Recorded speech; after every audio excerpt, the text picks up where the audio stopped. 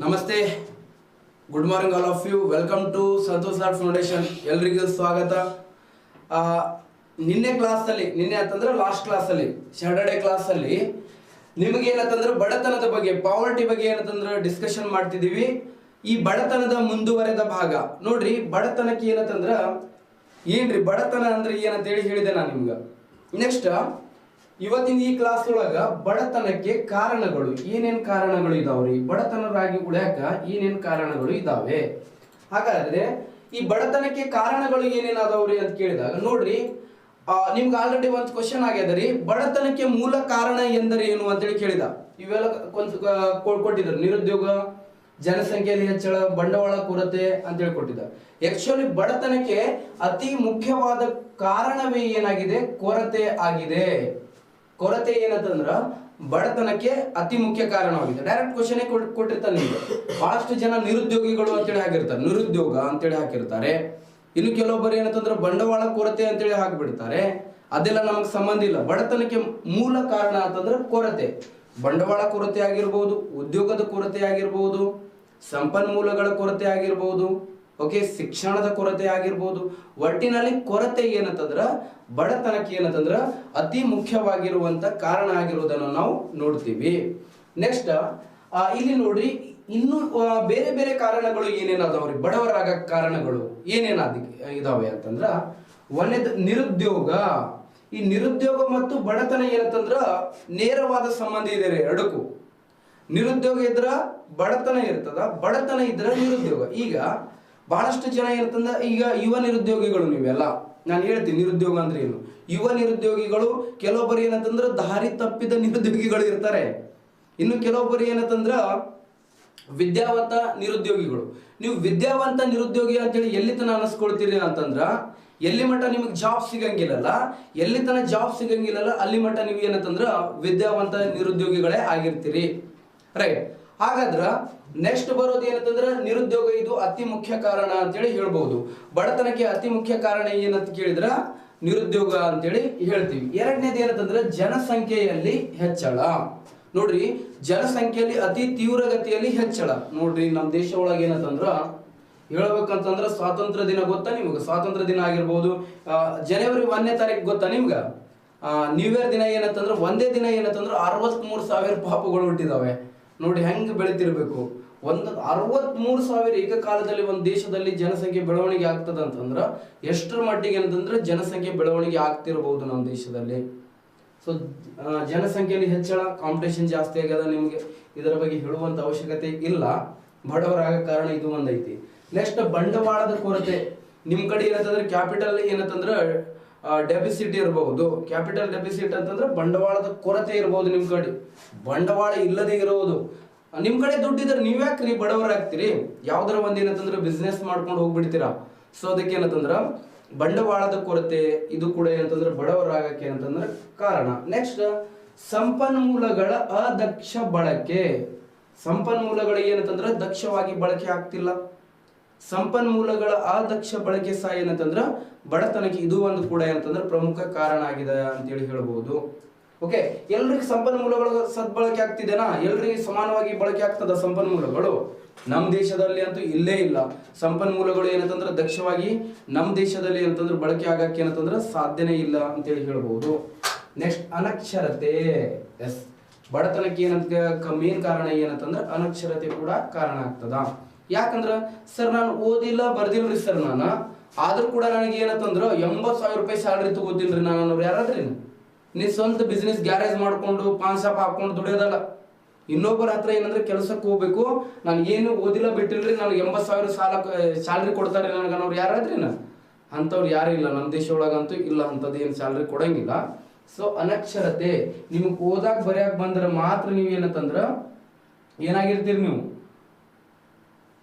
ಉದ್ಯೋಗಿಗಳು ಆಗಿರ್ತೀರಿ ಅಂತೇಳಿ ಹೇಳ್ಬಹುದು.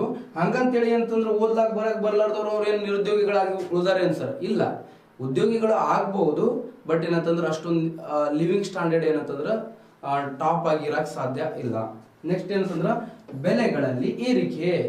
ಸರ್, ಬೆಲೆಗಳ ಏರಿಕೆಗೂ ಮತ್ತು ಬಡತನಗಳಿಗೆ ಯಾವ ರೀತಿ ಸಂಬಂಧ ಇದೆ ಅಂತೇಳಿ ಕೇಳ್ತಾರೆ ಕೆಲವೊಬ್ರು. ನೋಡ್ರಿ, ನೀವೊಂದು 10,000 ರೂಪಾಯಿ ದುಡಿಯತ್ತಿತ್ತಮ್ಮ, ನೀನು 10,000 ರೂಪಾಯಿ ದುಡಿತಿದೆ ಅಂತಂದ್ರೆ ನಿನ್ನ ಅರ್ನ್ ಎಷ್ಟಿತ್ತು, 10,000 rupees ಇತ್ತು. ಮೊದಲು ನೀನ್ ಏನಂತಂದ್ರೆ ನಿನ್ ಖರ್ಚು ವೆಚ್ಚಗಳು ಎಷ್ಟಾಗ್ತಿತ್ತು, 3,000 ರೂಪಾಯಿ ಆಗ್ತಿತ್ತು. 3,000 ಈಗ ಒಂದು 5 ವರ್ಷದಿಂದ 3,000 ಒಳಗೆ ನಿಂದ ರೂಮ್ ರೆಂಟು, ನಿಂದ ಊಟ ಎಲ್ಲ ಮುಗಿತಿತ್ತು. 7,000 ಸೇವಿಂಗ್ ಆಗ್ತಿತ್ತು ನಿಂದು. ಈಗ ನೋಡಿದ್ರೆ 3,000 ಒಳಗೆ ಏನೂ ಆಗಂಗಿಲ್ಲ, ಜಾತ್ರೆ ಆಗ್ಬಿಡ್ತೈತಿ. ಸೊ ಅದಕ್ಕೆ ಏನಂತಂದ್ರೆ ನಿಮ್ ಖರ್ಚು ಏನಷ್ಟು 7,000 ಆಗತ್ತಿತ್ತು ಮಂತ್ಲಿ ಅಂತ ತಿಳ್ಕೊ. 7,000 ಮೊದಲ 7,000 ಸೇವಿಂಗ್ ಇರ್ತಿತ್ತು ನಿಂದ, ಈಗ ಉಲ್ಟಾ ಆಯ್ತು. ಬರೀ 3,000 ಮಾತ್ರ ಸೇವಿಂಗ್ ಉಳಿದ್ರ 3,000 ಏನ್ ಮಾಡಕ್ ಆಗ್ತದ್ರಿ? ಇತ್ತಾಗ ತಂದೆ ತಾಯಿ ನೋಡ್ತೀವೋ, ನಾಳೆ ಜಾಬ್ ಆತಂದ್ರೆ ತಂದೆ ತಾಯಿ ನೋಡ್ತೀವೋ, ಇತ್ತಾಗ ನಿನ್ ಜೀವನ ನೋಡ್ಕೊಳ್ತೀವೋ, ಏನು ಮಾಡಕ್ ಆಗಂಗಿಲ್ಲ. ಇತ್ತಾಗ ಸಾಯಕ್ಕೂ ಆಗಂಗಿಲ್ಲ, ಇತ್ತಾಗ ಬದುಕಾಗೂ ಆಗಂಗಿಲ್ಲ. ಸೊ ಅದಕ್ಕೆ ಏನಂತಂದ್ರ ಈಗ ಯಾವ್ದ್ರ ಒಂದು ನೌಕರಿ ಇದ್ರ ಸಾಕು ಮಾರಾಯ ಅಂತೇಳಿ ಅಂತಿರ್ತೀರಿ ನೀವು. ಬಟ್ ನಾಳೆ ಏನಂತಂದ್ರ ಬಹಳ ಕ್ರಿಟಿಕಲ್ ಆಗ್ಬಿಡ್ತಿದ್ರಿ ಲೈಫ್. ಓಕೆ, ಹಿಂಗೆ ಇರಬೇಕು ಹಂಗೆ ಇರಬೇಕು ಅಂತ ಕೆಲವೊಂದು ಆಸೆ ಆಕಾಂಕ್ಷೆಗಳು ಇರ್ತವೆ. ಎಲ್ಲ ಕಾಂಪ್ರಮೈಸ್ ಲೈಫ್ ರೀ. ಇಷ್ಟು ದಿನ ಏನಂತಂದ್ರೆ ಕಾಂಪ್ರಮೈಸ್ ಮಾಡ್ಕೊಂಡು ಏನಂದ್ರೆ ಜೀವನ ಕಳ್ಕೊಂಡು ಬಂದಿರಿ. ಈಗ ಮತ್ತೆ ಮುಂದೆ ಕೂಡ ಏನು ಮಾಡ್ಬೇಕಾಗ್ತದ, ಮತ್ತೆ ಕಾಂಪ್ರಮೈಸ್ ಲೈಫ್ ಅನ್ನ ಲೀಡ್ ಮಾಡ್ಬೇಕಾಗ್ತದ. ಕಾಂಪ್ರಮೈಸ್ ಅಂತಂದ್ರೆ ಏನೋ ಒಂದು ಆಸೆ ಆಕಾಂಕ್ಷೆಗಳು ಬರ್ತವೆ, ಬಟ್ ಯಾವುದೇ ಆಸೆ ಆಕಾಂಕ್ಷೆಗಳನ್ನ ಏನಂದ್ರೆ ಈಡೇರಿಸ್ಕೊಳಕ್ ಆಗದೆ ಇರಬಹುದು ನಿಮಗ. ಓಕೆ, ಸೊ ಅದಕ್ಕೆ ಏನಂತಂದ್ರೆ ಈ ಓದಾತಿರಿ ಏನಂತಂದ್ರೆ ತಿಂದ್ರ ಏನಾರ ಈಗ ತುಪ್ಪನೇ ತಿಂದ್ಬಿಡ್ರಿ. ಈಗ ತುಪ್ಪ ತಿನ್ನೋದು ಅರ್ಥ ಏನಂತಂದ್ರ ಚಲೋ ಪೋಸ್ಟ್ ಹೊಡೆದ್ ಬಿಡ್ರಿ ಒಂದ್ಸಲ. ಸರ್ ಎಲ್ರು ಚಲೋ ಪೋಸ್ಟ್ ಹೊಡೆದ್ರ ಮತ್ತು ಸಣ್ಣ ಪೋಸ್ಟ್ ಯಾರು ಹೊಡ್ಬೇಕ್ರಿ? ಮಾಡೋ ಟ್ರೈ ಮಾಡ್ಬೇಕ್ರಿ ಅಪ್ಪ, ಆಗದಾಗ್ತೈತೆ ಅದು. ನೆಕ್ಸ್ಟ್ ಏನಂದ್ರ ಆದಾಯ ಅಸಮಾನ ಹಂಚಿಕೆ. ನೆಕ್ಸ್ಟ್ ಏನಂದ್ರ ಪ್ರಾಕೃತಿಕ ವಿಕೋಪ ಅಂತೇಳಿ. ಓಕೆ, ಪ್ರಾಕೃತಿಕ ವಿಕೋಪ ಸಹ ಏನಂತಂದ್ರ ಬಡತನಕ್ಕೆ ಕಾರಣ ಅಂತೇಳಿ ಹೇಳ್ತೀವಿ. ಪ್ರಾಕೃತಿಕ ವಿಕೋಪಕ್ಕೆ ಬಡತನಕ್ಕೆ ಏನ್ರಿ ಸಂಬಂಧ ಅಂತಂದ್ರ, ಪ್ರಾಕೃತಿಕ ವಿಕೋಪಗಳು ಅಂತಂದ್ರೆ ಫ್ಲಡ್ ಆಗ್ಬೋದು, ಬರಗಾಲ ಆಗ್ಬೋದು, ಭೂಕಂಪ ಆಗ್ಬೋದು. ಇವುಗಳಿಂದೆಲ್ಲ ನಿಮ್ದು ಏನಂದ್ರೆ ಬೆಳೆ ನಾಶ ಆಗ್ಬೋದು, ಇಲ್ಲಾಂದ್ರೆ ನಿಮ್ ಕಟ್ಟಡಗಳು ಏನಂತಂದ್ರೆ ಬಿದ್ದು ಹೋಗ್ಬೋದು. ಈಗ ಏನಂತಂದ್ರ ಉತ್ತರ ಕರ್ನಾಟಕ ಒಳಗೆ ಲಾಸ್ಟ್ ಇಯರ್ 1-2 years ಬ್ಯಾಕ್ ಏನಂತಂದ್ರ ಕಂಟಿನ್ಯೂ ಏನಂತಂದ್ರ 15 ದಿನ ಫ್ಲಡ್ ಬಂದಿದ್ರಿ. ಫ್ಲಡ್ ಬಂದು ಎಲ್ಲ ಏನಂತಂದ್ರ ಅವ್ರ ಬೆಳೆಗಳು ಏನಂತಂದ್ರೆ ಕೊಚ್ಕೊಂಡು ಹೋಗಿದ್ವು. ಬಹಳಷ್ಟು ಏನಂತಂದ್ರೆ ರೈತರು ಏನಂತಂದ್ರ ಬೆಳೆದಿರುವಂತ ಬೆಳೆಗಳು ನಾಶ ಆಗಿದ್ದು, ಎಷ್ಟೋ ಮನೆಗಳು ಏನಂತಂದ್ರ ಬಿದ್ದು. ಸೊ ಎಷ್ಟು ಅವೆಲ್ಲ ಏನಂತಂದ್ರ ರೀಬಿಲ್ಡ್ ಮಾಡ್ಬೇಕು ಅಂತಂದ್ರೆ ಎಲ್ಲ ಅವ್ರ ಸೇವಿಂಗ್ ಎಲ್ಲ ಹೋಗ್ಬಿಡ್ತಾವೆ. ಅವ್ರು ಮತ್ತೇನಂತಂದ್ರೆ ಬಡವರಾಗಿ ಉಳಿದು ಬಿಡ್ತಾರೆ. ಸೊ ಇದು ಕೂಡ ಏನಂತಂದ್ರೆ ಬಡತನಕ್ಕೆ ಕಾರಣ, ಪ್ರಾಕೃತಿಕ ವಿಕೋಪಗಳು. ನೆಕ್ಸ್ಟ್ ಅತಿಯಾದ ಏನಂತಂದ್ರೆ ಕೃಷಿಯ ಮೇಲಿನ ಅವಲಂಬನೆ. ಎಸ್, ಅತಿಯಾದ ಕೃಷಿ ಮೇಲಿನ ನಮ್ಮಲ್ಲಿ ಏನಂತಂದ್ರೆ ಅವಲಂಬನೆ ಆಗ್ಬಿಟ್ಟಾರ ಮಾನವರು. ಸೊ ಭಾರತ ದೇಶದಲ್ಲಿ ಅತಿಯಾಗಿ ಕೃಷಿ ಮೇಲೆ ಅವಲಂಬನೆ ಆಗ್ಬಿಡ್ತಾರೆ. ಅತಿಯಾಗಿ ಕೃಷಿ ಮೇಲೆ ಅವಲಂಬನೆ ಆಗಿದ್ದರಿಂದ ಏನಾಗ್ತದಪ್ಪ ಅಂತ ಕೇಳಿದ್ರ ಆಟೋಮೆಟಿಕ್ ಆಗಿ ಏನಂತಂದ್ರ ಈಗ ನಮ್ ಕೃಷಿ ಅಂತದ್ ಕೃಷಿ ಐತಿ, ನಿಮ್ಗೆ ಗೊತ್ತೈತಿ. ಮಾನ್ಸೂನ್ ಮಾರುತಗಳ ಜೊತೆ ಆಡುವಂತ ಜೂಜಾಟ ಅವನು. ಮಾನ್ಸೂನ್ ಜೊತೆ ಏನಂತಂದ್ರೆ ಗ್ಯಾಮ್ಲಿಂಗ್ ಆಡ್ತಿರ್ತಾರಪ್ಪ ರೈತರು. ಬಂದ್ರೆ ಬರ್ಬೋದು ಬೆಳೆ, ಇಲ್ಲ ಅಂದ್ರೆ ಇಲ್ಲ. ಸೊ ಅದಕ್ಕೆ ಏನಂತಂದ್ರೆ ಅತಿಯಾದ ಕೃಷಿ ಮೇಲೆ ಅವಲಂಬನೆ ಆಗಿದ್ದರಿಂದ ಏನಂತಂದ್ರೆ ಇದು ಕೂಡ ಏನಂತಂದ್ರ ಬಡತನಕ್ಕೆ ಕಾರಣ. ಒಬ್ಬ ರೈತ ಏನಂತಂದ್ರ ಬೆಳಗ್ಗೆಯಿಂದ ಸಾಯಂಕಾಲ ಮಟ್ಟ ಹೊಲದಾಗ ದುಡಿದು ಏನಂತಂದ್ರ ಓಕೆ, ಒಂದ್ ವರ್ಷ ಎಲ್ಲ ಏನಂತಂದ್ರೆ ಕಷ್ಟಪಟ್ಟು ಒಂದ್ 50,000 ಏನಂತಂದ್ರೆ ಎಕ್ಸ್ಪೆಂಡಿಚರ್ ಮಾಡಿರ್ತಾನೆ ಆ ಹೊಲಕ್ಕೆ.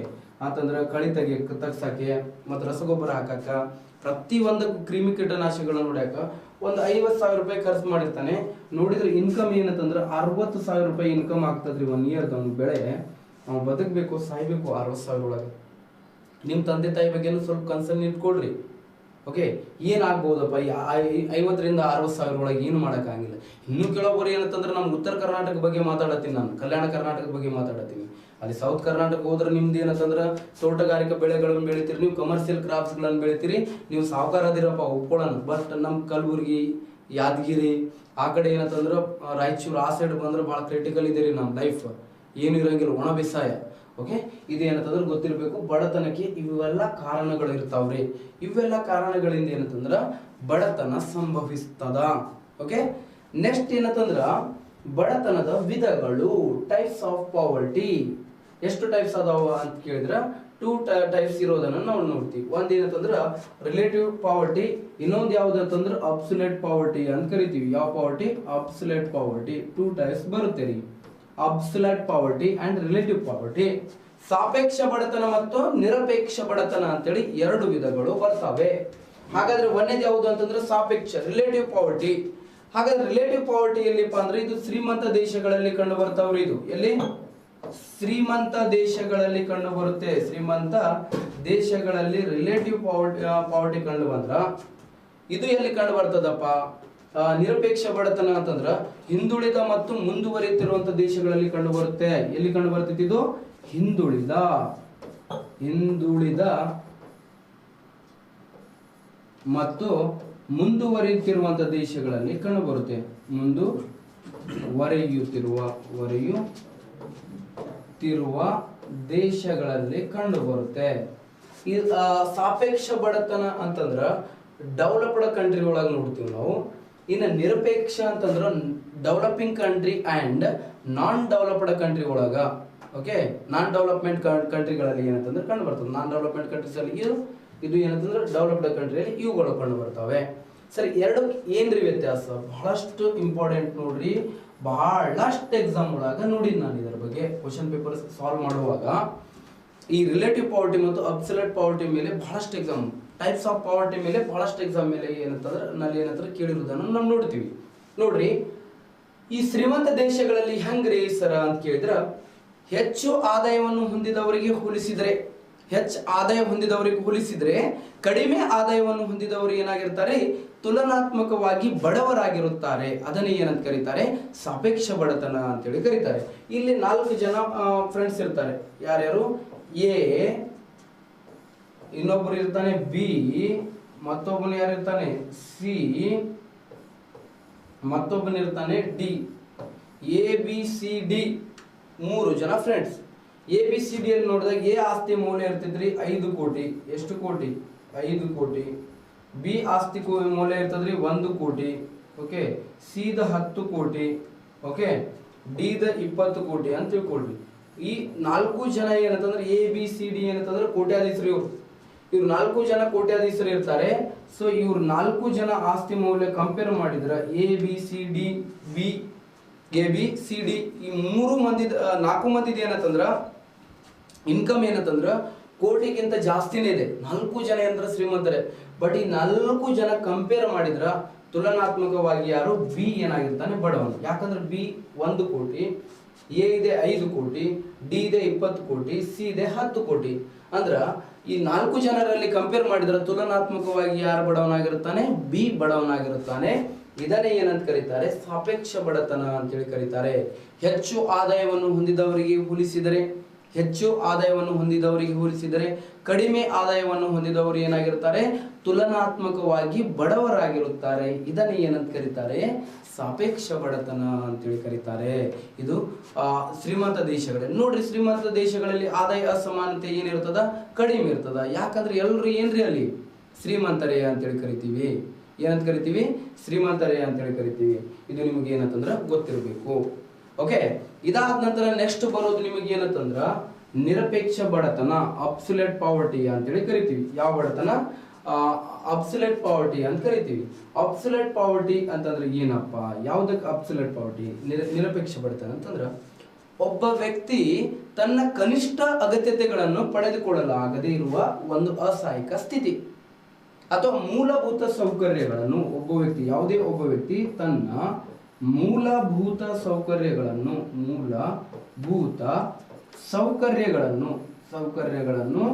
ಪಡೆದುಕೊಳ್ಳಲಾಗದೇ ಇರುವ ಒಂದು ಅಸಹಾಯಕ ಸ್ಥಿತಿಯನ್ನು ಏನಂತ ಕರೀತಾರೆ? ನಿರಪೇಕ್ಷ ಬಡತನ. ಮೂಲಭೂತ ಸೌಕರ್ಯಗಳಂದ್ರೆ ಆಹಾರ, ವಸತಿ, ಬಟ್ಟೆ, ಶಿಕ್ಷಣ, ಮತ್ತೇನೊಂದು ಆರೋಗ್ಯ. ಇವು ಕನಿಷ್ಠ ಅಗತ್ಯತೆಗಳು ರೀ.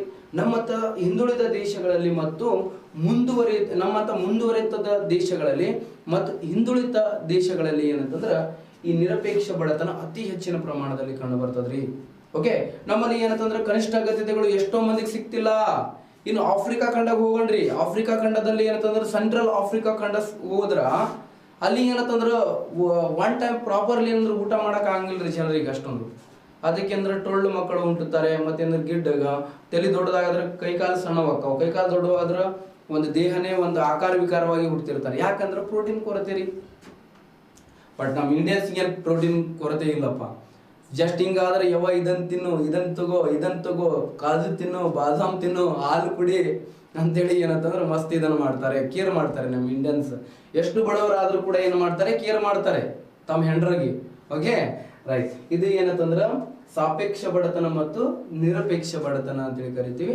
2 ಟೈಪ್ಸ್ ಇರ್ತವೆ. ಇದನ್ನು ತಿಳ್ಕೊಂಡಿರ್ಬೇಕು ನೀವು. ಓಕೆ, ಇದರ ಮೇಲೆ ಎರಡರ ಮೇಲೆ ಕೂಡ ಕ್ವಶನ್ ಆಗಿದ್ದನ್ನು ನೋಡ್ತೀವಿ. ನೆಕ್ಸ್ಟ್ ಏನಂತಂದ್ರ ಸಾಪೇಕ್ಷ ಬಡತನ ನೋಡು, ಇದು ಶ್ರೀಮಂತ ದೇಶಗಳಲ್ಲಿ ಕಂಡು ಬರುತ್ತದೆ. ಹೆಚ್ಚು ಆದಾಯವನ್ನು ಹೊಂದಿದವರಿಗೆ ಹೋಲಿಸಿದರೆ ಕಡಿಮೆ ಆದಾಯವನ್ನು ಹೊಂದಿದವರು ತುಲನಾತ್ಮಕವಾಗಿ ಏನಾಗಿರುತ್ತಾರೆ, ಬಡವರಾಗಿರುತ್ತಾರೆ. ಇದೇ ಸಾಪೇಕ್ಷ ಬಡತನ. ಹೆಚ್ಚು ಆದಾಯವನ್ನು ಹೊಂದಿದವರಿಗೆ ಹೋಲಿಸಿದರೆ ಕಡಿಮೆ ಆದಾಯ ಹೊಂದಿದವರು ಏನಾಗಿರ್ತಾರೆ, ತುಲನಾತ್ಮಕವಾಗಿ ಬಡವರಾಗಿರ್ತಾರೆ. ಇದೇ ಸಾಪೇಕ್ಷ ಬಡತನ. ನೆಕ್ಸ್ಟ್ ಇದು ಎಲ್ಲಿ ಕಂಡು ಬರ್ತದ ಅಂತಂದ್ರ ಅಭಿವೃದ್ಧಿ ಹೊಂದಿದ ದೇಶಗಳಲ್ಲಿ ಕಂಡು ಬರ್ತದೆ. ಆಲ್ರೆಡಿ ಹೇಳಿನಿ, ಅಭಿವೃದ್ಧಿ ಹೊಂದಿದ ದೇಶಗಳಲ್ಲಿ ಕಂಡು ಬರುತ್ತದೆ. ನೆಕ್ಸ್ಟ್ ಎರಡನೇದು ನಿರಪೇಕ್ಷ ಬಡತನ. ಈ ವಿಧದ ಬಡತನವು ಹಿಂದುಳಿದ ದೇಶಗಳಲ್ಲಿ ಮತ್ತು ಮುಂದುವರಿತಿರುವ ದೇಶಗಳಲ್ಲಿ ಕಂಡು ಬರುತ್ತದೆ. ಹಾಗಾದ್ರೆ ಏನಂತಂದ್ರ ಒಬ್ಬ ವ್ಯಕ್ತಿಯು ತನ್ನ ಮೂಲಭೂತ ಸೌಕರ್ಯಗಳನ್ನು ಪಡೆದುಕೊಳ್ಳಲಾಗದೇ ಇರುವ ಒಂದು ಸ್ಥಿತಿ, ತನ್ನ ಮೂಲಭೂತ ಸೌಕರ್ಯಗಳನ್ನು ಏನು ಮಾಡದೇ ಇರುವಂತಹ ಸ್ಥಿತಿ, ಪಡೆದುಕೊಳ್ಳಲಾಗದೇ ಇರುವ ಒಂದು ಸ್ಥಿತಿಯನ್ನು ಏನಂತ ಕರೀತಾರೆ, ನಿರಪೇಕ್ಷ ಬಡತನ ಅಂತೇಳಿ ಕರೀತಾರೆ. ನಿಮ್ಗೆ ಡೈರೆಕ್ಟ್ ಕ್ವಶನ್ ಕೇಳ್ತಾರೆ, ಭಾರತದಲ್ಲಿ ಯಾವ ವಿಧದ ಬಡತನ ಕಂಡು ಬರುತ್ತದೆ, ಭಾರತದಲ್ಲಿ ಯಾವ ವಿಧದ ಬಡತನ ಕಂಡು ಬರುತ್ತೆ ಅಂತ ಕೇಳಿದ್ರ ಭಾರತದಲ್ಲಿ ಏನಂತಂದ್ರ ನಿರಪೇಕ್ಷ ಬಡತನ ಕಂಡು ಬರುತ್ತೆ. ಯಾವ ಬಡತನ ಕಂಡು ಬರ್ತದೆ ಭಾರತದಲ್ಲಿ ಅಂತ ಕೇಳಿದ್ರೆ ನಿರಪೇಕ್ಷ ಬಡತನ. ಇಷ್ಟು ನಿಮಗೆ ಗೊತ್ತಿರಬೇಕು, ರೈಟ್. ನೆಕ್ಸ್ಟ್ ಏನಂತಂದ್ರ ಬಡತನದ ಮಾಪನ ಯಾವ ತರ ಮಾಪನ ಮಾಡ್ತಾರೆ, ಎಲ್ಲಿ ಬಡತನದ ಮಾಪನ, ಭಾರತದಲ್ಲಿ ಬಡತನದ ಮಾಪನ. ಭಾರತದಲ್ಲಿ ಬಡತನದ ಮಾಪನ ಯಾರ್ಯಾರು ಮಾಡ್ಯಾರ, estimations of poverty in India. ಏನು estimations of poverty in India ಹೆಂಗಂತಂದ್ರೆ ಎಸ್ಟಿಮೇಷನ್ಸ್ ಆಫ್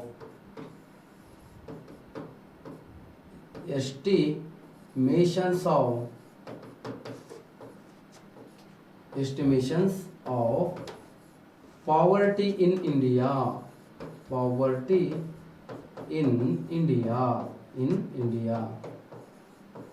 ಭಾರತದಲ್ಲಿ ಬಡತನದ ಮಾಪನ.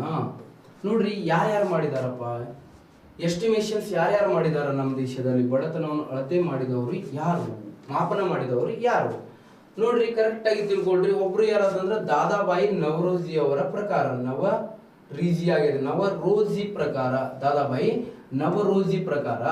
ಈ ದಾದಾಬಾಯಿ ನವರೋಜಿ ಅವರನ್ನು ಏನಂತ ಕರೀತಾರೆ ಅಂತ ಕೇಳಿದ್ರ, ಭಾರತದಲ್ಲಿ ಮೊಟ್ಟ ಮೊದಲ ಬಾರಿಗೆ 1868ರಲ್ಲಿ ಭಾರತದಲ್ಲಿ ಮೊಟ್ಟ ಮೊದಲ ಬಾರಿಗೆ ಬಡತನವನ್ನು ಅಳತೆ ಮಾಡಿದವರು ಯಾರಂತಂದ್ರ ದಾದಾಬಾಯಿ ನವರೋಜಿ ಅವರು.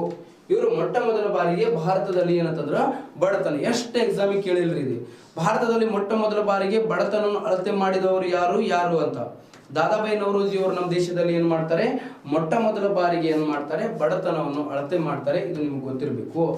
ನೆಕ್ಸ್ಟ್ ಭಾರತದ ವೃದ್ಧ ಪಿತಾಮಹ ಎಂದು ಕರೀತಾರೆ ಇವ್ರಿಗೆ. ಭಾರತದ ವೃದ್ಧ ಪಿತಾಮಹ ಯಾರಾಗಿದ್ದಾರೆ ಅಂತ ಕೇಳಿದ್ರ ದಾದಾಬಾಯಿ ನವರೋಜಿ ಅವರು ಏನಾಗಿದ್ದಾರೆ, ಭಾರತದ ವೃದ್ಧ ಪಿತಾಮಹರಾಗಿದ್ದಾರೆ. ದಾದಾಬಾಯಿ ನವರೋಜಿ ಅವನಿಗೆ ಏನಂತ ಕರಿತೀವಿ, ಭಾರತದ ವೃದ್ಧ ಪಿತಾಮಹ. ಇನ್ನ ಭಾರತದ ವೃದ್ಧ ಮಾತೆ ಯಾರು ಅಂತಂದ್ರೆ ಅರುಣಾ ಅಸಫ್ ಅಲಿ ಅಂತ ಕರಿತೀವಿ. ಅರುಣಾ ಅಸಫ್ ಅಲಿ ಅವರನ್ನ ಭಾರತದ ವೃದ್ಧ ಮಾತೆ ಅಥವಾ ವೃದ್ಧ ಮದರ್ ಅಂತ ಕರಿತೀವಿ, grand old mother of India ಅಂತ ಕರಿತೀವಿ. ನೆಕ್ಸ್ಟ್ ಏನಂದ್ರೆ ಕರ್ನಾಟಕದ ವೃದ್ಧ ಪಿತಾಮಹ ಯಾರು ಅಂತ ಕೇಳಿದ್ರ ಸರ್ ಎಂ ವಿಶ್ವೇಶ್ವರಯ್ಯ. ಕರ್ನಾಟಕದ ಅರ್ಥಶಾಸ್ತ್ರದ ಪಿತಾಮಹ ಅಂತ ಕರೀತಾರೆ ಇವರನ್ನ. ಕರ್ನಾಟಕದ ಕೈಗಾರಿಕೆಗಳ ಪಿತಾಮಹ ಅಂತ ಕರೀತಾರೆ. ಕರ್ನಾಟಕದ ಏನಂದ್ರೆ ವೃದ್ಧ ಪಿತಾಮಹ ಅಂತೇಳಿ ಕರೀತಾರೆ. ಭಾರತದ ಆರ್ಥಿಕ ವ್ಯವಸ್ಥೆ ಪಿತಾಮಹ ಅಂತೇಳಿ ಕೂಡ ಕರೀತಾರೆ ಇವರನ್ನು. ಏನಂತ ಕರೀತಾರೆ, ಭಾರತದ ಆರ್ಥಿಕ ವ್ಯವಸ್ಥೆ ಪಿತಾಮಹ ಅಂತೇಳಿ ಕೂಡ ಕರೀತಾರೆ ಇವರನ್ನ, ರೈಟ್. ನೆಕ್ಸ್ಟ್ ಇದಾದ ನಂತರ ಈ ದಾದಾಬಾಯಿ ನವರೋಜಿ ಅವರು 1868ರಲ್ಲಿ ಒಂದು ಕೃತಿ ಬರೆದ್ರು. 1868ರಲ್ಲಿ ಒಂದು ಕೃತಿ ಬರೀತಾರೆ. ಯಾವ ಕೃತಿಯನ್ನು ಬರೀತಾರೆ ಅವರು ಅಂತ ಕೇಳಿದ್ರ ದಾದಾಬಾಯಿ ನವರೋಜಿ ಅವರು the poverty and unBritish rule in India ಎಂಬ ಕೃತಿಯನ್ನು ಬರೆದ್ರು. ಯಾವುದು, the poverty and unBritish rule in India ಎಂಬ ಕೃತಿಯನ್ನು ಬರೀತಾರೆ ದಾದಾಬಾಯಿ ನವರೋಜಿ ಅವರು. ಹಾಗಾದ್ರ ಈ ಕೃತಿಯಲ್ಲಿ ಹೇಳ್ತಾರೆ. ಮತ್ತ ಈ ದಾದಾಬಾಯಿ ನವರೋಜಿ ಅವ್ರ ಪ್ರಕಾರ ನಾವು ಬಡವರಾಗ ಕಾರಣ ಏನ್ರಿ ಅಪ್ಪ ಅಂತ ಕೇಳಿದ್ರ ನವರೋಜಿ ಅವ್ರ ಪ್ರಕಾರ ಭಾರತದಲ್ಲಿ ಬಡತನಕ್ಕೆ ಪ್ರಮುಖ ಕಾರಣ ಅಂದ್ರ ಆ ಮಂಗ್ಯನ ಮಕ್ಕಳು ಬ್ರಿಟಿಷರೇ ಅಂತ ಹೇಳ್ತಾರೆ. ಮೇನ್ ರೀಸನ್ ಏನಂತಂದ್ರ ಬ್ರಿಟಿಷರ ದಬ್ಬಾಳಿಕೆ ಏನಾಗ್ಯದ ಭಾರತದಲ್ಲಿ ಏನಂತಂದ್ರೆ ಬಡತನಕ್ಕೆ ಏನಂದ್ರೆ ಮೂಲ ಕಾರಣ ಆಗಿದೆ ಅಂತ ಹೇಳಿ ಹೇಳ್ತಾರೆ. ಬ್ರಿಟಿಷರು ಎಲ್ಲ ಏನ್ ಮಾಡ್ತಾರೆ, ನಮ್ಮ ದೇಶದಲ್ಲಿ ಇರುವಂತ ಕಚ್ಚಾ ಸರಕುಗಳನ್ನು ಏನು ಮಾಡ್ತಿರ್ತಾರೆ, ಅವರು ಕೊಚ್ಕೊಂಡು ಏನಂತಂದ್ರೆ ನಮ್ಮ ದೇಶದಿಂದ ರಾ ಮೆಟೀರಿಯಲ್ಸ್ಗಳು ಏನಂತಂದ್ರೆ ಫ್ಲಡ್ ರೂಪದಲ್ಲಿ ಏನಂತಂದ್ರೆ ಕೊಚ್ಕೊಂಡು ಹೋಗ್ತಿರ್ತದ್ರಿ, ಪ್ರವಾಹದ ರೂಪದಲ್ಲಿ ಕೊಚ್ಕೊಂಡು ಹೋಗ್ತಿತ್ತಂತ. ಅಲ್ಲಿಂದ ಏನಂತಂದ್ರೆ ಸಂಪತ್ತು ಏನಂತಂದ್ರೆ ಹನಿ ಹನಿಯಾಗಿ ಬರುತ್ತೆ ಅಂತ. ಹೆಂಗ ಹನಿ ಹನಿಯಾಗಿ ಇನ್ಕಮ್ ಬರುತ್ತೆ ಅಂತೇಳಿ ಹೇಳಲಾಗ್ತದ. ಓಕೆ, ಇದೇನಂತಂದ್ರೆ ದಾದಾಬಾಯಿ ನವರೋಜಿ ಅವರ ಪ್ರಕಾರ ಬಡತನಕ್ಕೆ ಕಾರಣ ಏನಂತಂದ್ರೆ ಬ್ರಿಟಿಷರ ದಬ್ಬಾಳಿಕೆ. ಮತ್ತ ಬಡತನ ಅಂದ್ರೆ ಏನ್ರಿ ಇವ್ರ ಪ್ರಕಾರ? ಇನ್ನೊಬ್ಬರು ನಮ್ಮಲ್ಲಿ ಏನಂತಂದ್ರೆ ಈಶ್ವರಿ ಪ್ರಸಾದ್ ಅಂತೇಳಿ ಇದ್ರು ಅಂತೇಳಿ ಹೇಳಿದೆ ನಾನು ನಿಮ್ಗ. ಅವ್ರು ಏನು ಹೇಳಿದ್ರು ಗೊತ್ತಾ, ಭಾರತಾಂಬೆ ಅನ್ನೋದು, ಭಾರತ ಮಾತೆ ಅನ್ನೋದು ಏನಂತಂದ್ರ ಬ್ರಿಟಿಷರಿಗೆ ಏನಾಗಿತ್ತು, ಹಾಲು ಕೊಡುವಂತ ಹಸು ಆಗಿತ್ತು ಅಂತೇಳಿ ಹೇಳಿದ್ರು ಅವರು. ಆ ಬ್ರಿಟಿಷರ್ ಬರೀ ಏನಂತಂದ್ರ ಹಾಲು ಅಷ್ಟೇ ಹಿಂಡ್ಕೊಂಡು ಹೋಗ್ಲಿಲ್ಲ ಅಂತೆ, ಹಾಲ್ ಜೊತೆಲಿ ಹಸುನ ಹೊಡ್ಕೊಂಡು ಹೋದ್ರಿ ಏನ್ರಿ ಅಂತಂದ್ರಿ. ಮತ್ತೆ ಹಸುನು ಹೊಡ್ಕೊಂಡು ಹೋಗ್ಲಿಲ್ಲ, ಹಾಲು ಹಿಂಡ್ಕೊಂಡು ಹೋಗೋದ್ರ ಜೊತೆಲಿ ಅಂದ್ರೆ ರಕ್ತನೂ ಹಿಂಡ್ಕೊಂಡು ಹೋದ್ರು ಅಂತೇಳಿ ಹೇಳಿದ್ರು ಈಶ್ವರಿ ಪ್ರಸಾದ್ ಅಂತೇಳಿ ಇತಿಹಾಸಕಾರರು ಅವ್ರು ಹೇಳಿರುವಂತ ಮಾತಿದ್ದಾರೆ. ಸರಿನಾ? ನೆಕ್ಸ್ಟ್ ಏನಂತಂದ್ರ ರಾಷ್ಟ್ರೀಯ ಆದಾಯ. ನೆಕ್ಸ್ಟ್ ಏನಂತಂದ್ರ ದಾದಾಬಾಯಿ ನವರೋಜಿ ಅವರ ಪ್ರಕಾರ ಬಡತನ ಅಂತಂದ್ರೆ ಏನಪ್ಪಾ ಅಂತ ಕೇಳಿದ್ರು, ಒಬ್ಬ ವ್ಯಕ್ತಿಯು ಯಾವುದೇ ಒಬ್ಬ ವ್ಯಕ್ತಿಯು ವಾರ್ಷಿಕವಾಗಿ ಹೆಂಗ್ರಿ ವರ್ಷದಲ್ಲಿ ವಾರ್ಷಿಕವಾಗಿ 16 ರೂಪಾಯಿಯಿಂದ 35 ರೂಪಾಯಿವರೆಗೆ ಯಾರಿಗೆ ಖರ್ಚು ಮಾಡಕ್ ಆಗಿಲ್ಲಲ್ಲ ಅವರೆಲ್ಲರೂ ಬಡವರು ಅಂತೇಳಿ ಹೇಳಿದ್ರು. ಬರೀ ಸರ್ 16ರಿಂದ 35 ರೂಪಾಯಿ ಎಷ್ಟು ಸಿಲ್ಲೆ ಐತಲ್ರಿ, ನಾವು ಇಲ್ಲಿ ಚಾ ಕುಡಿಯಕ್ ಹೋದ್ರೆ 30-40 ರೂಪಾಯಿ ಹಾಕಿತ್ತಲ್ರಿ ಬಿಲ್. ಆಗ ಹಂಗಿತ್ತು, ಈಗ ಹಿಂಗೈತಿ, ಏನು ಮಾಡಕ್ ಆಗಿಲ್ಲ. ಓಕೆ, ಬೆಲೆಗಳ ಏರಿಕೆ, ಈಗ ಇನ್ಫ್ಲೇಷನ್ ಆಗ್ತಿದೆ.